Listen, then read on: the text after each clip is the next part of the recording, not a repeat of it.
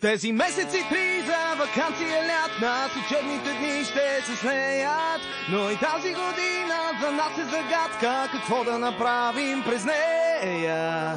Защо не? Да полетим фараон, да надвием на кула, да качим върха. Да видим и нещо, което го няма. Да къпем маймуна в вана. О, как се кара сърф, но нанофизика на Франкенщайн взели ума. Ето го! С редки видове, боя за градове, се страни съвсем полудяла. Възможности стана ясно, не липсват на уроци, чак есента. Хайде, бей! Не няма скука с виния си първ, когато те са с нас. Не няма скука с виния си първ, когато те са с нас. Мамо! Финия си фърб влязоха в надписите!